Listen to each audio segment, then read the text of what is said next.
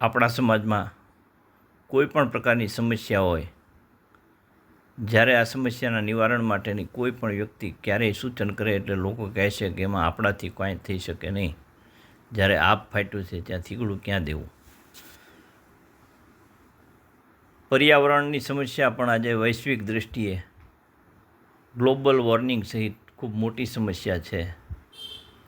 ત્યારે લોકો કહે છે કે આટલું બધું પ્રદૂષણ વધી ગયું છે, ત્યારે આપણે શું કરી શકીએ, શું થઈ શકે. પણ આનો પણ એક ઉપાય છે કે જ્યારે કોઈ પણ સમસ્યામાં આપ ફાટ્યું હોય ત્યારે ભલે તમે આપને થીગડા ન દઈ શકો, પણ તમારા ભાગનો બખિયો જો તમે મારી દો તો બાકીના લોકો એનું કામ આપોઆપ કરશે. આ એક મારું મંતવ્ય છે.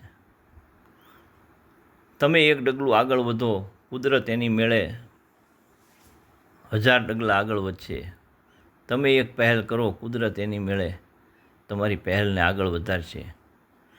ભાવનગર જિલ્લા પંચાયતના પાછળના ભાગમાં એક કમર કાકડીનું વિશાળ ઝાડની નીચે છાપરા ઉપર કમર કાકડીના અસંખ્ય રોપાઓ ઉગેલા ચોમાસાને કારણે આજે આ રોપાઓમાંથી થોડા રોપાઓ એકઠા કરી અને તેને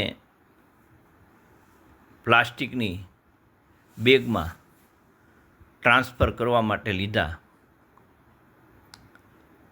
આ રોપાઓ પ્લાસ્ટિકની બેગમાં તૈયાર થઈ જાય પછી કોઈ સારી જગ્યાએ વાવી અને ઉછેરવાની એક ગણતરી સાથે લીધા છે. પર્યાવરણની સુધારો કરવા માટે અને વૃક્ષારોપણ કરવા માટે આ એક નાનકડી પહેલ છે. આત્મશ્લાઘા, પોતાના વખાણ કરવા એ ખરેખર પાપ છે, પરંતુ તમે જ્યાં હો ત્યાં તમારીથી જે થઈ શકે તે પર્યાવરણની સુધારણા માટેના પ્રયત્ન કરો. કમસે કમ કંઈ જ ન થઈ શકે તો દર વર્ષે એક ઝાડ, એક વૃક્ષ ઉછેરો.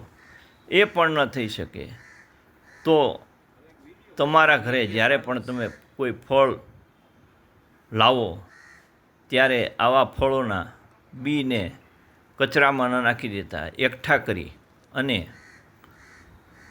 એ બી જ્યારે પણ તમે બહાર જાઓ ત્યારે એક છાપામાં કે કાગળમાં પેક કરી અને ખુલ્લી જગ્યામાં કે મેદાનમાં દાટી દો. તમે એક પહેલ કરો, કુદરત એની મેળે આગળ વધશે.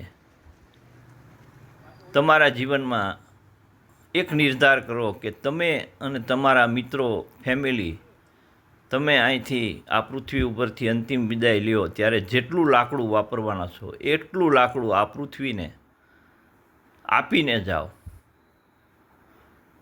તમારી ભાવિ પેઢી માટે જેમ તમને જેટલો વારસો મળ્યો છે એની કરતાં અધિક વારસો તમે તમારી ભાવિ પેઢી માટે કુદરતની સંપત્તિનો આપીને જાઓ એવી